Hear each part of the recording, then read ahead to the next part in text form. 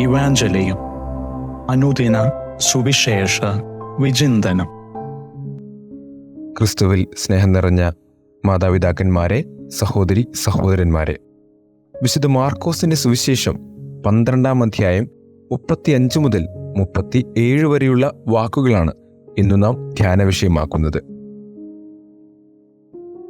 യേശുവിനോട് ഫരിസേയർ ചോദിക്കുന്നതിനു പകരം യേശു തന്നെ അവരുടെ ഇടയിൽ ഉള്ള ഒരു തെറ്റിനെ ചൂണ്ടിക്കാണിച്ച് അതിനെ തിരുത്തി യഥാർത്ഥമായ ജ്ഞാനം നൽകി ജനങ്ങളെ പ്രബോധിപ്പിക്കുന്നതാണ് ഇന്നത്തെ സുവിശേഷത്തിൻ്റെ ഇതിവൃത്തം.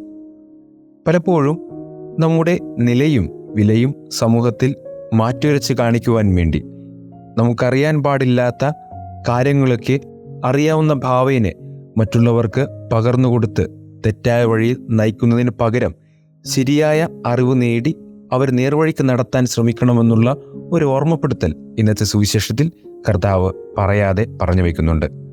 മറ്റുള്ളവരുടെ മുൻപിൽ വലിയ ആളാകാനോ മറ്റുള്ളവരുടെ മുൻപിൽ നിലയും വിലയും കാണിക്കുവാനോ വേണ്ടിയിട്ട് അറിവില്ലായ്മയെ വലിച്ചു നീട്ടുന്നതിന് പകരം യഥാർത്ഥമായ സത്യം വിളിച്ചു പറഞ്ഞ് സത്യവാന്മാരാകാൻ നാം ഒരുങ്ങണമെന്ന് കർത്താവ് പറഞ്ഞു വയ്ക്കുന്നു. അല്ലെങ്കിൽ നാം പുറത്തുപെട്ട അപ്രിയ സത്യങ്ങളും നമ്മുടെ അറിവില്ലായ്മയും സമൂഹം തിരിച്ചറിയുകയും നമ്മെ പരിഹസിക്കുകയും ചെയ്യുമെന്ന് കർത്താവ് പറയാതെ പറഞ്ഞു വയ്ക്കുന്നുണ്ട്.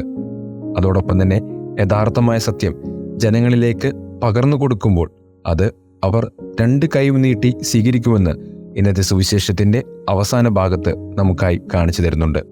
അതിനാൽ ദൈവത്തോട് പ്രാർത്ഥിക്കാം, മറ്റുള്ളവരുടെ മുൻപിൽ വലിയ ആളാകാതെ മറ്റുള്ളവരുടെ മുൻപിൽ തന്നെ ഉയർത്തി കാണിച്ച് തെറ്റായ കാര്യങ്ങളും അറിവില്ലായ്മയും വലിച്ചു നീട്ടാതെ എന്താണ് ശരിയെന്നും എന്താണ് എനിക്കറിയാവുന്ന സത്യമെന്നും മാത്രം പറഞ്ഞുകൊണ്ട് എളിമയുള്ള നല്ല മനുഷ്യരാകാൻ നമുക്ക് ശ്രമിക്കാം.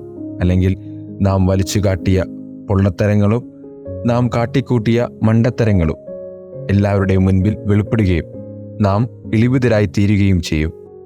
അപ്രകാരമായി തീരാതിരിക്കാൻ നമുക്ക് പരിശ്രമിക്കുകയും ചെയ്യാം. ദൈവം നമ്മെ സമൃദ്ധമായി അനുഗ്രഹിക്കട്ടെ.